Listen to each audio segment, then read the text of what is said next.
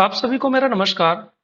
आज हम शुरू करने जा रहे हैं अपने ट्रिपल सी बुक का chapter number 7, email, social networking and e governance services.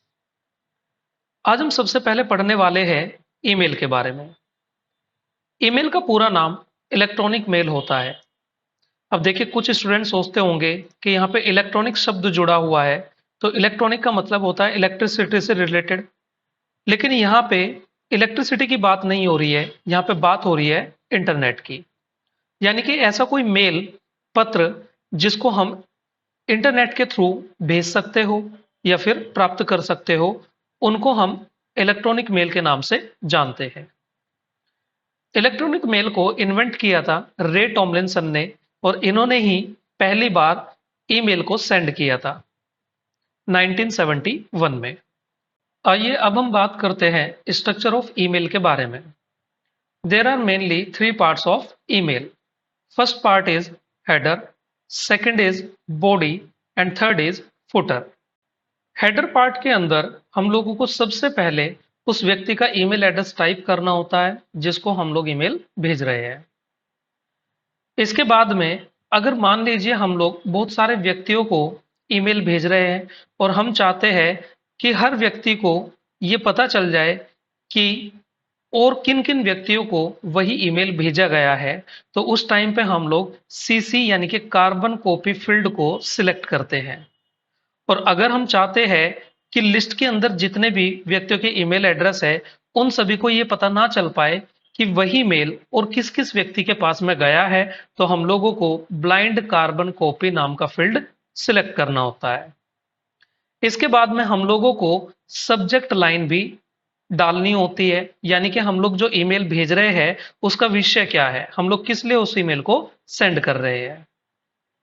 Next है बॉडी पार्ट, और इसके अंदर हम लोगों को वो एक्चुअल मैसेज लिखना होता है जिसकी वजह से हम लोग ईमेल भेज रहे हैं। मान लीजिए किसी को अगर हम इनविटेशन भेज रहे हैं तो इनविटेशन हम लोग लिखेंगे सब्जेक्ट लाइन के अंदर, और इनविटेशन का पूरा मटेरियल जो होगा, जो कंटेंट होगा, वो हम लोग एक्चुअल मैसेज के अंदर यानी कि एक्चुअल बॉडी के अंदर टाइप करेंगे।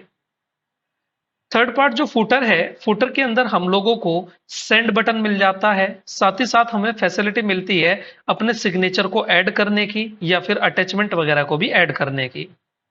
अटैचमेंट का मतलब होता है जैसे कोई ऑडियो फाइल, वीडियो फाइल या फिर कोई ग्राफिक्स वगैरह हम लोगों को ईमेल के साथ में भेजनी हो, तो हम लोग वहां पे अटैचमेंट सिंबल का इस्तेमाल करते हैं और अटैचमेंट करने के बाद में हम लोग उसको सेंड कर देते हैं। आइए जानते हैं कि ईमेल एड्रेस किस तरह से दिखाई देता है। मैंने यहाँ पे एक एग्जाम्पल लिया हुआ है xyz@gmail.com। यहाँ पे जो XYZ है इसको हम लोग यूजर नेम के नाम से जानते हैं। इसके बाद में @ का सिंबल आता है, इसके बाद डोमेन नेम आता है और फाइनली लास्ट में डोमेन एक्सटेंशन आता है। देखिए यहाँ पे जो यूजर नेम होता है इसको हम अपनी मर्जी से चूज कर सकते हैं। कोई भी ईमेल अकाउंट बनाते वक्त हम लोगों को ये चॉइस दी जाती है कि हम लोग यूजर नेम क्या रखना चाहते हैं। इसके बाद में @ का सिंबल आएगा और उसके बाद में जो डोमेन नेम होता है ये डिपेंड करता है कि हम किस कंपनी का ईमेल यूज कर रहे हैं, या कह सकते हैं कि ईमेल फैसिलिटी यूज कर रहे हैं। अगर हम गूगल की फैसिलिटी का इस्तेमाल कर रहे हैं तो वहां पे @ के बाद में जीमेल, याहू के लिए याहू मेल, माइक्रोसॉफ्ट के लिए आउटलुक मेल जैसे डोमेन नेम का इस्तेमाल किया जाता है। इसी के साथ साथ मैं आप लोगों को बताना चाहूंगा कि एक कंपनी मोजिला नाम की भी है जिसका ईमेल क्लाइंट सॉफ्टवेयर थंडरबर्ड के नाम से जाना जाता है। यह थंडरबर्ड ईमेल क्लाइंट हम लोगों को आमतौर पे उबंटू ऑपरेटिंग सिस्टम के साथ में देखने को मिलता है। आइए अब हम बात करते हैं दो इंपॉर्टेंट टर्म्स के बारे में। First is authentication and second is authorization. इन दोनों टर्म्स के बारे में जानने से पहले मैं आप लोगों को कुछ और इंपॉर्टेंट टर्म्स के बारे में बताना चाहता हूं। जब भी हम किसी भी ईमेल सर्विस के ऊपर अपना कोई नया अकाउंट बनाते हैं उसको कहा जाता है साइन अप करना। यह सर्विस फ्री ऑफ कॉस्ट होती है। हम लोग किसी भी ईमेल क्लाइंट सॉफ्टवेयर के ऊपर जाकर अपना न्यू फ्रेश अकाउंट क्रिएट कर सकते हैं। फ्रेश अकाउंट क्रिएट करने के बाद में हम लोग उस अकाउंट को लॉगिन करते हैं और लॉगिन करने के बाद में हम किसी भी व्यक्ति को ईमेल भेज सकते हैं। अब देखिए, ये जो दोनों शब्द होते हैं ये लॉगिन करते वक्त ही इस्तेमाल किए जाते हैं।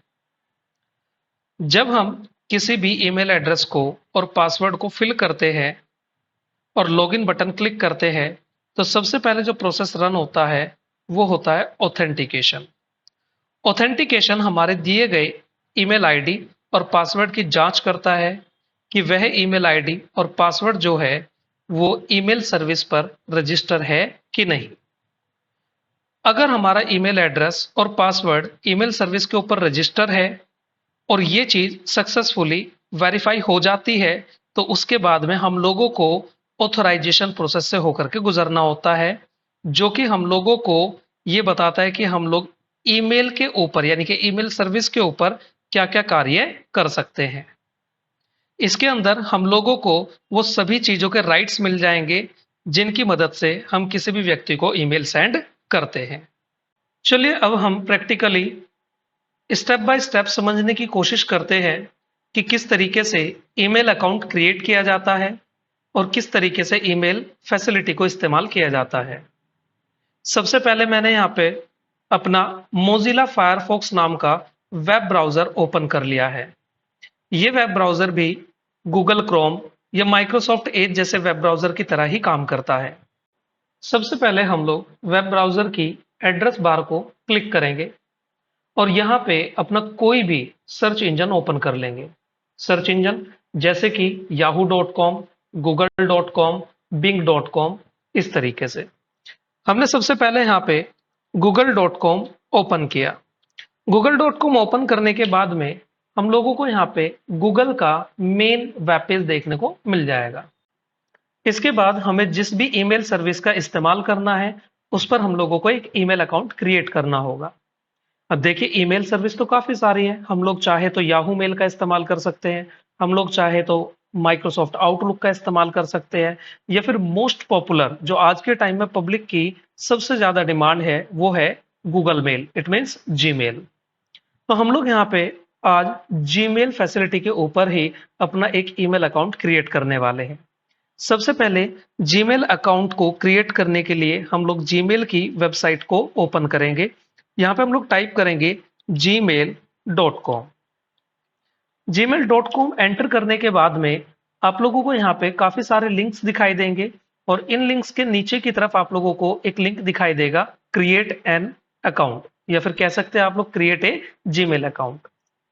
यहाँ पे हम लोग क्लिक करेंगे तो हम लोगों को साइन अप पेज देखने को मिल जाएगा। यहाँ पे हम लोगों को क्रिएट एन अकाउंट का ऑप्शन मिलेगा। इसको क्लिक करने के बाद में हम लोगों को यहाँ पे क्रिएट अकाउंट पे क्लिक करना है। यहाँ पे पूछा जाएगा कि हम लोग अपने ईमेल अकाउंट को पर्सनल यूज के लिए इस्तेमाल करना चाहते हैं या फिर अपने बच्चों के लिए या फिर किसी बिजनेस के लिए। अभी मान लीजिए कि मैं इस ईमेल अकाउंट को अपने पर्सनल यूज के लिए क्रिएट करना चाहता हूं, तो मैं क्लिक कर दूंगा फॉर माई पर्सनल यूज। यहाँ पे हम लोगों से हमारा फर्स्ट नेम और लास्ट नेम पूछा जाएगा। यहाँ पर फर्स्ट नेम कंपलसरी होता है और लास्ट नेम ऑप्शनल होता है, यानी कि लास्ट नेम हम चाहे तो फिल कर भी सकते हैं, अदरवाइज एज इट इज छोड़ सकते हैं। एजुकेशन के लिए मैं एक डेमो अकाउंट क्रिएट कर रहा हूं, तो अभी के लिए मैं यहाँ पे कोई भी फर्स्ट नेम डाल देता हूं। सपोज कीजिए मैं ABC यहाँ पे फर्स्ट नेम डाल देता हूं। देन इसके बाद में मैं नेक्स्ट पे क्लिक करता हूं। यहाँ पे हमसे हमारी डेट ऑफ बर्थ पूछी जाएगी। अभी के लिए मैं यहाँ पे जनवरी 01 2000 टाइप कर दे रहा हूं एंड इसके बाद में जेंडर मेल सिलेक्ट करके नेक्स्ट कर देता हूं। यहाँ पे हम लोगों को जीमेल अपनी तरफ से कुछ अकाउंट्स के यूजर नेम या कह सकते हैं अपनी तरफ से कोई भी सजेशन हम लोगों को देगा कि आप लोग इनमें से भी कोई अपना यूजर नेम बना सकते हैं। अदरवाइज हम लोग चाहे तो अपनी मर्जी से भी create your own Gmail address पे क्लिक कर सकते हैं। हम लोग यहाँ पे अभी के लिए सपोज कीजिए ABC टाइप करके और नेक्स्ट पे क्लिक करते हैं, तो ये हम लोगों को मना कर देगा कि sorry your user name must be between 6 and 30 characters long, यानी कि जब भी हम कोई यूजर नेम क्रिएट करते हैं तो हमारा यूजर नेम कम से कम 6 कैरेक्टर्स का और ज्यादा से ज्यादा 30 कैरेक्टर्स का होना चाहिए। इसके बाद में सपोज कीजिए हम लोग यहाँ पे नंबर्स और कैरेक्टर्स दोनों ही चीजों का कॉम्बिनेशन रख सकते हैं। सपोज कीजिए अभी के लिए मैं यहाँ पे ABC 01012000 टाइप कर दे रहा हूं। देन इसके बाद में नेक्स्ट पे क्लिक करते हैं तो ये अभी भी इसको मना कर रहा है। इसके अलावा हम लोग यहाँ पे कोई भी और नंबर वगैरह टाइप कर देते हैं और इसके बाद में देखिए इसने एक्सेप्ट कर लिया है। यहाँ पे हम लोगों को एक स्ट्रॉन्ग पासवर्ड क्रिएट करना होता है। अब देखिए मैं यहाँ पे सपोज कीजिए कोई भी पासवर्ड टाइप कर दे रहा हूं, कैपिटल ABC@123। अब देखिए मैंने यहाँ पे कैपिटल A स्मॉल में BC @ और उसके बाद में 123 टाइप किया है। ऐसा इसलिए किया क्योंकि जीमेल के अकॉर्डिंग हम लोग जो भी पासवर्ड रखते हैं वो पासवर्ड स्ट्रॉन्ग होना चाहिए और कम से कम 8 कैरेक्टर्स का होना चाहिए। यहाँ पे हम लोग देख पा रहे हैं कि ABC@123 यहाँ पे टोटल अभी 7 कैरेक्टर्स हुए हैं। चेक करते हैं ये इसको एक्सेप्ट करता है या फिर नहीं करता। तो देखिए यहाँ पे लिखा हुआ आ चुका है यूज 8 कैरेक्टर्स और more for your password. Suppose कीजिए हम लोग यहाँ पे 1 2 3 4 5 टाइप कर देते हैं तो ये इसको एक्सेप्ट कर लेगा। साथ ही साथ यहाँ पे गाइडलाइंस के अकॉर्डिंग यानी कि जीमेल की गाइडलाइंस के अकॉर्डिंग हम लोगों को जो भी पासवर्ड बनाना होता है वो पासवर्ड के अंदर हम लोगों को capital letter, small letter, symbols और साथ ही साथ नंबर्स का कॉम्बिनेशन यूज करना होता है। नेक्स्ट पे हम लोग क्लिक करेंगे तो हम लोगों को यहाँ पे देखिए ये एक्सेप्ट कर लेगा। एक्सेप्ट करने के बाद में यहाँ पे हम लोगों को ये पूछ रहा है कि आप लोगों को ये यूजर नेम और पासवर्ड सेव करके रखना है परमानेंटली या फिर हम लोग चाहे तो अपने माइंड में भी इसको रख सकते हैं। मैं अभी के लिए इसको सेव कर दे रहा हूं और इसके बाद हम लोगों को अपने अकाउंट को एक फोन नंबर से वेरीफाई करना होगा। यहाँ पे हम लोग जो भी फोन नंबर टाइप करेंगे उससे पहले हम लोगों को यहाँ पे कंट्री जरूर सिलेक्ट कर लेनी है। इसके अंदर हम लोगों को सभी कंट्रीज के ऑप्शंस देखने को मिल जाएंगे।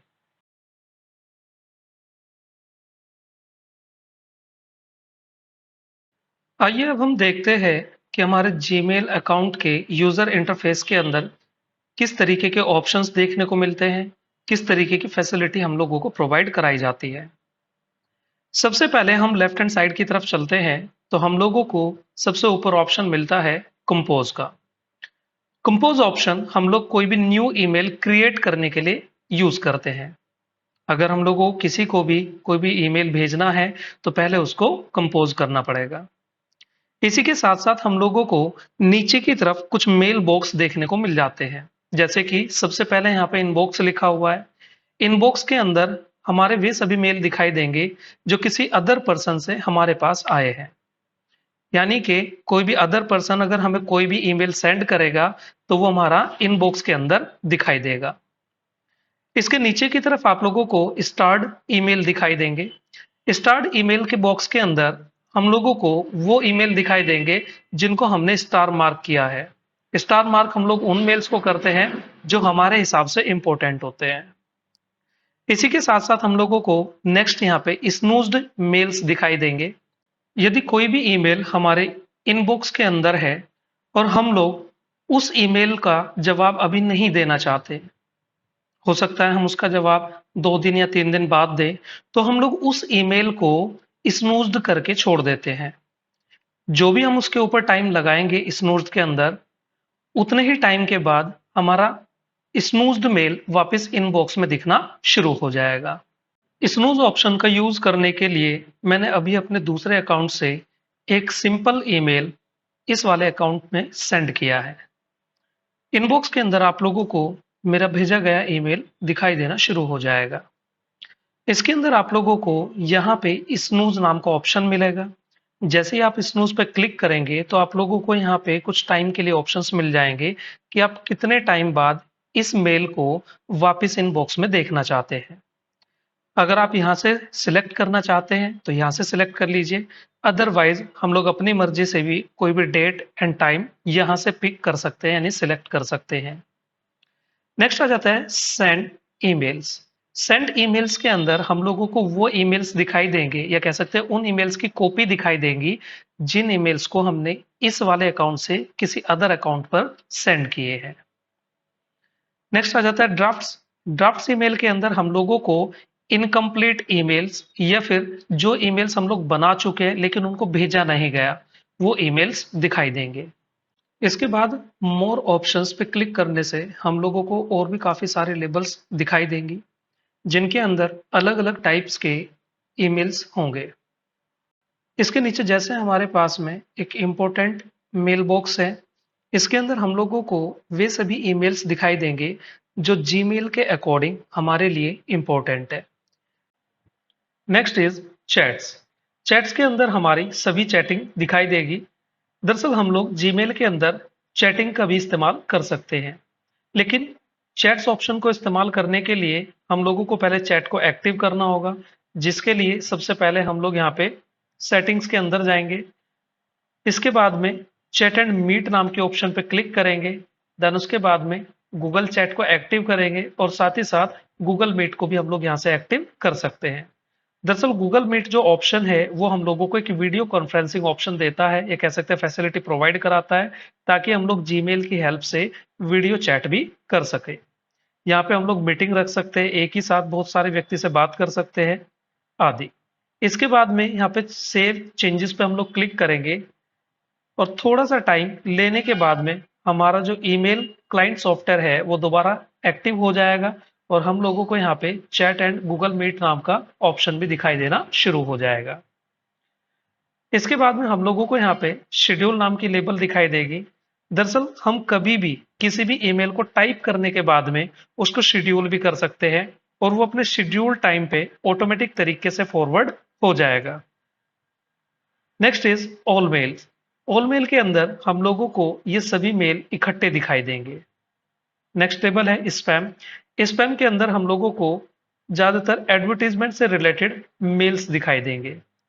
अगर हम किसी भी टाइप के मेल से परेशान हो चुके हैं जो किसी एक पर्टिकुलर सोर्स से हमारे पास बार बार आ रहा है और हमारे इनबॉक्स में दिख रहा है, हम किसी भी ऐसे ईमेल को स्पैम कर सकते हैं ताकि वो हमारे इनबॉक्स के अंदर ना दिखाई दे। वो सभी स्पैम ईमेल्स हम लोगों को स्पैम मेल लेबल के अंदर दिखाई देंगे। नेक्स्ट लेबल है ट्रैश। ट्रैश के अंदर हमारे डिलीटेड ईमेल्स रखे जाते हैं। ये कह सकते हैं कि डिलीट होने के बाद में कोई भी ईमेल ट्रैश फोल्डर के अंदर चला जाता है। ट्रैश के अंदर कोई भी डिलीटेड ईमेल 30 डेज के लिए रहता है। अगर हम चाहे तो 30 डेज से पहले अपने डिलीटेड ईमेल को रिकवर कर सकते हैं, रिस्टोर कर सकते हैं।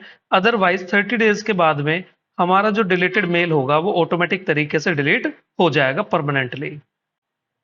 Next is categories. देखिए इसके अंदर भी हम लोगों को कुछ और भी लेबल्स देखने को मिल जाती है, जैसे कि आप लोग यहाँ पे देख रहे होंगे सोशल अपडेट्स वगैरह।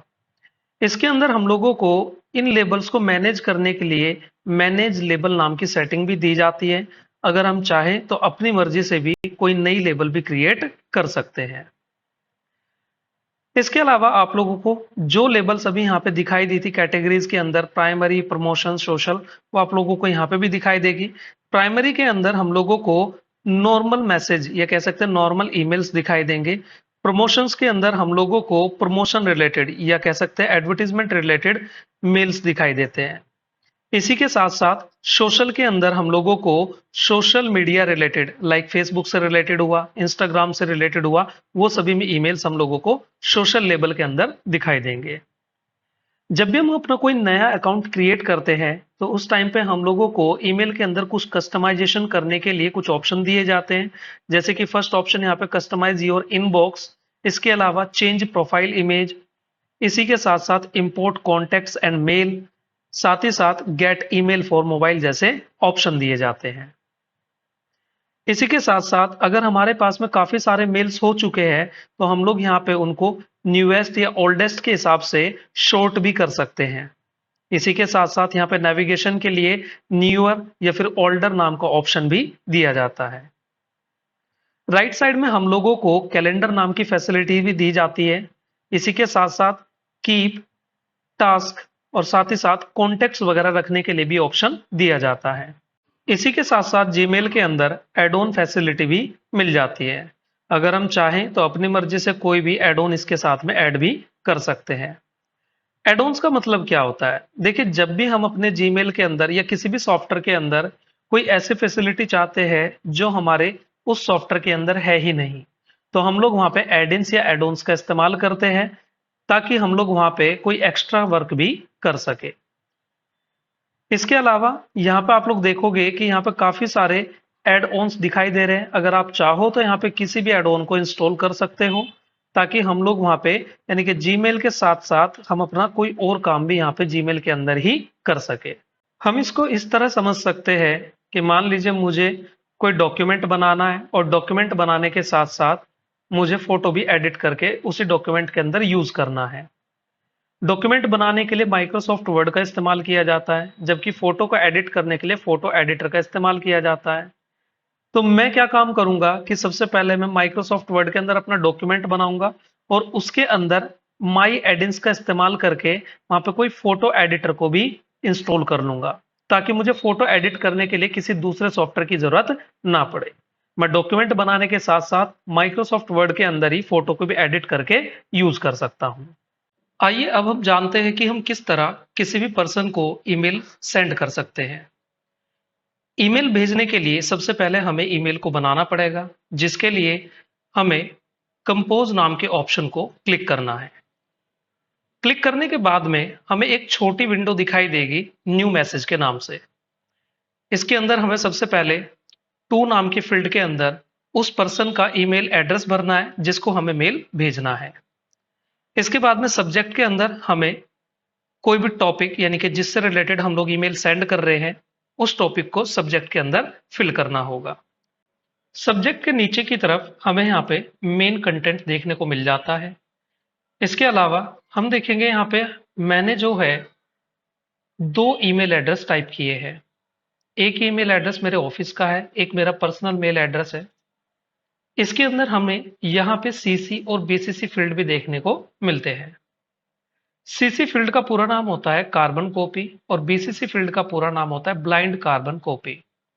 सीसी फील्ड को हम उस दौरान चूज करते हैं जब हम यहाँ पे बहुत सारे व्यक्ति को मेल भेज रहे हैं, यानी कि दो या दो से ज्यादा व्यक्तियों को मेल भेज रहे हैं और हम चाहते हैं कि सभी को ये भी पता रहे कि वह मेल उस व्यक्ति के अलावा और किस किस के पास में गया है। साथ ही अगर मैं चाहता हूं कि यहाँ पे मेल तो सभी के पास में चला जाए, लेकिन ये किसी को पता ना चले कि यह मेल और किन किन व्यक्तियों के पास में पहुंचा है, सभी को ऐसा लगे जैसे कि ये मेल केवल उनके पास में ही आया है, तो उसके लिए हम लोगों को बीसीसी ऑप्शन का इस्तेमाल करना होगा। इसके नीचे की तरफ हमें सेंड बटन मिल जाता है और सेंड बटन के साथ साथ हमें कुछ और ऑप्शन भी मिल जाते हैं, जैसे कि अगर मैं चाहूं तो अपने ईमेल को शेड्यूल कर सकता हूं ताकि ये ऑटोमेटिक तरीके से सेम टाइम जो भी मैं टाइम यहाँ पे सेट करूंगा उस टाइम पे ये ऑटोमेटिक तरीके से सेंड हो जाए। इसके अलावा नीचे की तरफ हमें फॉर्मेटिंग ऑप्शन भी मिलता है। अगर हम चाहे तो एमएस वर्ड की तरह ही इसके अंदर भी टेक्स्ट को फॉर्मेट कर सकते हैं, जैसे कि फॉन्ट चेंज करना, अंडू या फिर रिडू करना। इसके अलावा हम लोग टेक्स्ट का साइज चेंज कर सकते हैं, बोल्ड, इटैलिक, अंडरलाइन कर सकते हैं। इसके अलावा टेक्स्ट का कलर चेंज कर सकते हैं, साथ ही साथ अलाइनमेंट भी चेंज कर सकते हैं। इसी के साथ साथ यहाँ पे numbering list, bulleted list, increase और डिक्रीज इंडेंट, कोटेशन के लिए यानी कि कोट्स के लिए, साथ ही साथ यहाँ पे स्ट्राइक थ्रू ऑप्शन और इसके अलावा क्लियर ऑल फॉर्मेटिंग का भी ऑप्शन देखने को मिलता है। इसी के बराबर में हमें अटैचमेंट सिंबल भी मिल जाता है ताकि हम चाहें तो कोई भी फाइल अपने मेल के साथ में अटैच करके भेज सके। हम यहाँ अटैचमेंट की हेल्प से केवल 25 MB तक की ही फाइल को ईमेल के साथ में सेंड कर सकते हैं। अगर हम चाहते हैं कि कोई ऐसी फाइल जो कि 25 MB से ऊपर की हो, उसको हम लोग पहले गूगल ड्राइव की हेल्प से गूगल ड्राइव के ऊपर अपलोड करेंगे और फिर गूगल ड्राइव की मदद से उसका एक लिंक बना करके अपने ईमेल के साथ में भेज सकते हैं, ताकि सामने वाला व्यक्ति उस लिंक का इस्तेमाल करके उस फाइल को गूगल ड्राइव से डाउनलोड कर ले। इसके साथ साथ हमें यहाँ पे एक हाइपरलिंक का भी ऑप्शन देखने को मिलता है। हम चाहे तो किसी भी वेबसाइट या किसी भी चीज का एक लिंक जो है वो अपने ईमेल के साथ में अटैच करके भेज सकते हैं। साथ ही साथ इमोजी नाम का ऑप्शन भी मिल जाता है जिसके अंदर डिफरेंट डिफरेंट इमोजीज होती है। हम लोग इनको भी ईमेल के साथ में सेंड कर सकते हैं। Next is insert photo. अगर हम चाहे तो अपने मेल के साथ में कोई भी फोटो भी अटैच करके सेंड कर सकते हैं। इंसर्ट फोटो के अंदर हमें यहाँ पे गूगल फोटोज का ऑप्शन मिल जाता है, अपलोड का ऑप्शन मिल जाता है, या फिर वेब यूआरएल का भी ऑप्शन मिल जाता है। यानी कि हम लोग यहाँ पे कोई भी इमेज का लिंक पेस्ट करके उसको डायरेक्टली ईमेल के साथ में ऐड करके भेज सकते हैं। गूगल फोटोज के ऊपर अगर कोई भी हमारे फोटोज रखे हुए हैं, अपलोड किए हुए हैं, तो हम उनको भी ईमेल के थ्रू डायरेक्टली यहाँ से सेंड कर सकते हैं। नेक्स्ट ऑप्शन है टॉगल कॉन्फिडेंशियल मोड। इस टॉगल कॉन्फिडेंशियल मोड के अंदर हम लोग अपने ईमेल को फॉरवर्ड होने, कॉपी होने, प्रिंट होने या डाउनलोड होने से रेस्ट्रिक्ट कर सकते हैं, ताकि सामने वाले व्यक्ति ना ही हमारे भेजे गए मेल को प्राप्त होने के बाद में फॉरवर्ड कर सके, ना ही कॉपी कर सके, ना ही प्रिंट और ना ही डाउनलोड कर सके। इसी के साथ साथ हम लोग अपने ईमेल के लिए एक्सपायरी डेट भी सेट कर सकते हैं, ताकि हमारे मेल के एक्सपायर होने के बाद में सामने वाले व्यक्ति हमारे मेल को ना देख सके और ना ही इस्तेमाल कर सके। इसी के साथ साथ हमें जीमेल के अंदर एक पासकोड फैसिलिटी भी देखने को मिलती है, जिसकी मदद से हम लोग एक ओटीपी जनरेट कर सकते हैं और सामने वाले व्यक्ति को भेज सकते हैं, ताकि सामने वाले व्यक्ति उस एसएमएस का यानी ओटीपी का इस्तेमाल करके हमारे ईमेल को पढ़ सके। बिना उस ओटीपी के या कह सकते हैं पासकोड के सामने वाला व्यक्ति हमारे ईमेल को नहीं देख सकता। नेक्स्ट हमारे पास में ऑप्शन आ जाता है सिग्नेचर। अगर हम चाहे तो अपने ईमेल के साथ में अपने डिजिटल सिग्नेचर्स को भी ऐड करके भेज सकते हैं। इसी के साथ साथ थ्री डॉट के अंदर कुछ और भी मोर ऑप्शंस देखने को मिल जाते हैं, जैसे default to, full screen, labels, plain text mode, print, check spelling, setup a time to meet. इस तरीके के ऑप्शन देखने को मिलते हैं। नेक्स्ट ऑप्शन है डिलीट। अगर हम चाहे तो अपने इस बनाए गए ईमेल को अभी डिलीट कर सकते हैं, ताकि इसका इस्तेमाल दोबारा ना किया जा सके। अगर हम इस ईमेल को अभी ऐसे ही छोड़ देते हैं, तो हमारा ये जो ईमेल होगा, ये ईमेल ड्राफ्ट नाम के फोल्डर के अंदर दिखाई देगा। ड्राफ्ट नाम के फोल्डर के अंदर हमें वो मेल्स दिखाई देते हैं जिन मेल को हमने बनाते हुए तो बीच में छोड़ दिया है, या फिर बनाकर केवल रखा हुआ है, सेंड नहीं किया। इस ईमेल को कंप्लीटली सेंड करने के लिए हम इस पर दोबारा क्लिक कर सकते हैं और इस मेल के अंदर जो भी चेंजेस करने वो चेंजेस करने के बाद में सेंड बटन पर क्लिक करके इसको फाइनली सेंड कर सकते हैं। जैसे ही हमारा ईमेल कंप्लीटली सेंड हो जाएगा, तो उसके बाद में हमारे ईमेल की एक कॉपी सेंड फोल्डर के अंदर दिखाई देगी। यहाँ पे आप लोग देख सकते हो कि जो मेल अभी मैंने बना करके सेंड किया था, उस मेल की कॉपी यहाँ पे हम लोगों को दिखाई दे रही है। आइए अब हम जानते हैं कि हम अपने ईमेल के अंदर डिजिटल सिग्नेचर कैसे क्रिएट कर सकते हैं। इसके लिए हमें सबसे पहले जीमेल की सेटिंग्स के अंदर जाना होगा। हमें यहाँ पे जनरल टैब दिखाई देगी। थोड़ा स्क्रॉल डाउन करने के बाद में हमें सिग्नेचर ऑप्शन दिख जाएगा। इसके अंदर हमें क्रिएट न्यू पे क्लिक करना है। इसके बाद हम लोगों को सिग्नेचर के लिए कोई नेम टाइप करना है। जैसे मैं अभी के लिए एपेक्स यहाँ पे टाइप कर दे रहा हूँ। देन उसके बाद में क्रिएट पे क्लिक करते हैं। क्रिएट करने के बाद में यहाँ पे हमें अपनी मर्जी से कोई भी टेक्स्ट टाइप करना है। साथ ही साथ हम चाहें तो यहाँ पे अपने हिसाब से कोई इमेज या कोई लोगो वगैरह भी लगा सकते हैं। जैसे कि मैं अभी अपने ऑफिस का लोगो यहाँ पे अपलोड कर दे रहा हूँ। अपलोड करने के बाद में मैं इस इमेज को या कह सकते हैं इस लोगो को अपने ईमेल सिग्नेचर के लिए ऐड करूंगा। आप देख सकते हैं कि यहाँ पे जो है हमारा ईमेल के लिए लोगो अपलोड हो चुका है। इसके बाद हम यहाँ पे ईमेल के लोगो को स्मॉल साइज कर देते हैं। तो आप देख पा रहे होंगे कि यहाँ पे हमारा लोगो फाइनली अपलोड हो चुका है। साथ ही साथ हम चाहें तो यहाँ पर अपने टेक्स्ट को भी मॉडिफाई कर सकते हैं, जैसे कि टेक्स्ट का फॉन्ट स्टाइल चेंज करना, साइज चेंज करना, बोल्ड, इटैलिक, अंडरलाइन करना, एटसेट्रा। इसके बाद हल्का सा स्क्रॉल डाउन करने पे हमें तीन ऑप्शन और दिखाई देंगे। इनके अंदर भी हम लोग एपेक्स को सिलेक्ट करेंगे और साथ ही साथ यहाँ पे टिक भी करेंगे। इसके बाद सबसे नीचे जाकर के हमें सेव चेंजेस का ऑप्शन मिलेगा। इसको क्लिक करते ही हमारे डिजिटल सिग्नेचर फाइनली ऐड हो चुके हैं। डिजिटल सिग्नेचर्स ऐड होने के बाद में अगर हम किसी को भी कोई नया ईमेल भेजेंगे या किसी के रिसीव्ड ईमेल का रिप्लाई या फिर किसी को हम लोग कोई ईमेल फॉरवर्ड करेंगे तो हमारा डिजिटल सिग्नेचर ऑटोमेटिक तरीके से उस मेल के साथ में चला जाएगा। जैसे कि अभी मैं यहाँ से कंपोज बटन पे क्लिक करता हूँ, आप लोग देखोगे कि यहाँ पे हमारा जो डिजिटल सिग्नेचर है वो ऑटोमेटिक तरीके से लगा हुआ आ चुका है। आइए अब हम ईमेल से रिलेटेड कुछ और इंपॉर्टेंट टर्म्स के बारे में जान लेते हैं।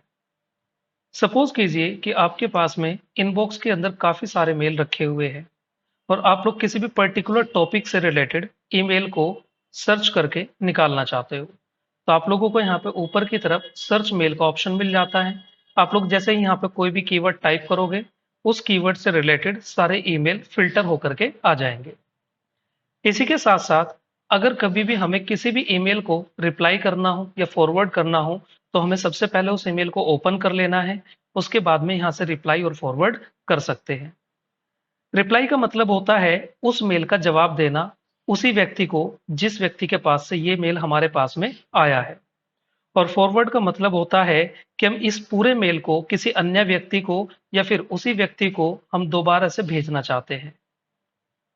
इसी के साथ साथ यहाँ पे हम लोगों को ऐड रिएक्शन का भी ऑप्शन मिल जाता है। हम चाहे तो यहाँ पे अपनी तरफ से कोई भी रिएक्शन इस मेल के लिए दे सकते हैं। इन सभी के साथ साथ हमारे जीमेल अकाउंट के अंदर एक काफी इंपॉर्टेंट सेटिंग होती है जिसका नाम होता है email forwarding. Email forwarding setting की मदद से हम लोग इस अकाउंट पर आने वाले सभी ईमेल्स को ऑटोमेटिक तरीके से किसी दूसरे अकाउंट पर फॉरवर्ड करा सकते हैं। फॉरवर्ड हुआ ईमेल इस ईमेल अकाउंट के इनबॉक्स के अंदर भी देखने को मिलेगा और साथ ही साथ जिस अकाउंट पर हमने ईमेल को फॉरवर्ड कराया है उसके इनबॉक्स के अंदर भी देखने को मिलने वाला है। यह काम ऑटोमेटिक तरीके से होता रहेगा। ईमेल फॉरवर्डिंग को एक्टिव करने के लिए सबसे पहले हमें ईमेल की सेटिंग्स के अंदर जाना है। इसके बाद हमें forwarding and POP I map के ऊपर क्लिक करना है। इसके बाद में ऐड फॉरवर्डिंग एड्रेस पे क्लिक करना है और ऐड फॉरवर्डिंग एड्रेस पे क्लिक करने के बाद में हमें यहाँ पे वो ईमेल एड्रेस डालना है जिसके ऊपर हमें अपने ईमेल्स को ऑटोमेटिक तरीके से फॉरवर्ड करना है। एड्रेस डालने के बाद में हमें नेक्स्ट ऑप्शन को क्लिक करना है। नेक्स्ट ऑप्शन क्लिक करते ही हमें उस ईमेल एड्रेस के ऊपर एक लिंक देखने को मिलेगा। उसको हम वेरिफिकेशन लिंक कहते हैं, जिसको वेरीफाई करने के बाद में हम लोग अपने इस अकाउंट के सभी मेल्स को ऑटोमेटिक तरीके से दूसरे अकाउंट पर फॉरवर्ड कर सकते हैं। जब तक हम उस दूसरे अकाउंट से लिंक के थ्रू ईमेल को वेरीफाई नहीं करते तब तक ऑटोमेटिक फॉरवर्डिंग जो है वो एक्टिव नहीं होगी। इसको हम कभी भी एक्टिव या कभी भी डीएक्टिव कर सकते हैं। आज के लेक्चर में इतना ही। आपसे मिलते हैं नेक्स्ट लेक्चर में। Thank you.